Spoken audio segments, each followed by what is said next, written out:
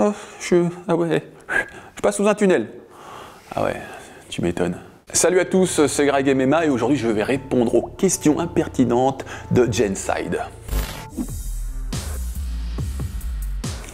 Ça fait plaisir de revenir à la compétition, même si l'Otichiro c'est pas Mousasi, c'est pas Paulo Filho, c'est pas Mark Ware, on est d'accord, c'est pas un combattant UFC, loin de là. Mais bon, c'est un gars de mon âge qui avait le même palmarès. Il fallait que je me mette en condition après 17 ans d'absence et c'était un très bon, que ce soit humainement, même financièrement. Les gars vont pas m'envoyer au casse-pipe, je vais avoir du temps pour me préparer. Les adversaires, ils seront à mon niveau, ce ne sera pas des mismatchs comme j'ai pu faire par le passé. Même pourquoi pas essayer d'avoir la ceinture de l'hexagone, on ne sait jamais. C'est pas quelque chose sur lequel je suis obnubilé, mais ça peut être un point de mire intéressant. Effectivement, donc le 26 janvier à l'Hexagone MMA, un mec de l'Est solide, ancien sportif professionnel dans les sports de force. Techniquement, je vais être au-dessus, je pense à tout niveau. J'ai envie de faire parler mon grappling et mon ground and pound plus spécifiquement. Et j'ai envie de montrer cet aspect de ma technicité. Donc le prochain combat, normalement, je dirais comme professionnel, qui prenne un petit peu d'expérience, mais il va faire ce qu'il faut pour se mettre à niveau. Et moi, pareil, je vais me mettre à niveau en lutte et au niveau puissance. Donc il connaît mes points faibles, je connais les siens, puis ça va être une guerre stratégique. On a envie de le faire, j'ai déjà combattu en pro, lui aussi il a fait ses combats dans des cages, même à point nu. Les gens ont parfois une vision un peu faussée des rapports humains qui peuvent exister entre les combattants, mais histoire de faire monter la sauce.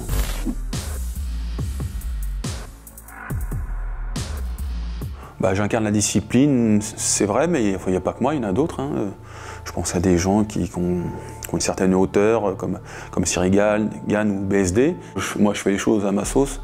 J'ai toujours fait les choses à ma sauce, je ne changerai pas d'état d'esprit ou de comportement. Donc, je pense que c'est ça que les gens aiment bien, quelqu'un de droit et tout, parfois maladroit, effectivement. Mais voilà, je reste un humain. Moi, je serais fier d'être un ambassadeur et aussi un enseignant de MMA, quoi. Je pense qu'il y aurait déjà Cain Velasquez qui serait dedans, Mauricio Shogun qui serait dedans, il y aurait John Jones, il y aurait Khabib, il y aurait Georges Saint-Pierre. Voilà, maintenant tu te débrouilles pour les mettre dans l'ordre. C'est des malades mentaux, donc tu ressors, t'es comme ça. À la rigueur, je préfère affronter un grappleur. Tiens, Royce Gracie, au moins tu vas pas prendre trop cher au niveau des patates.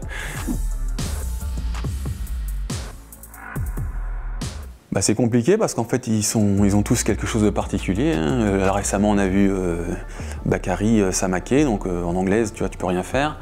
Luc Rousseau au sol tu peux rien faire, Banner tu peux rien faire, c'est trop de puissance. Il y en a qui sont polyvalents, tu vois, comme Saladin Parnasse, comme Baki. Tous les noms que je cite ça me donne la chair. Ils ont tous quelque chose d'extraordinaire. Donc j'essaye à chaque fois de récupérer un petit peu de leur talent, mais c'est jamais évident parce que voilà, c'est des gens qui ont à la fois le talent, le goût du travail et l'intelligence, donc c'est ce qui fait d'eux des champions d'exception. Cyril Gane, mais j'ai pas trop envie, la vérité. Il y en a, si j'esquive, je suis content. Parfois on m'appelle Karaté Bushido. Ah ouais, je passe sous un tunnel.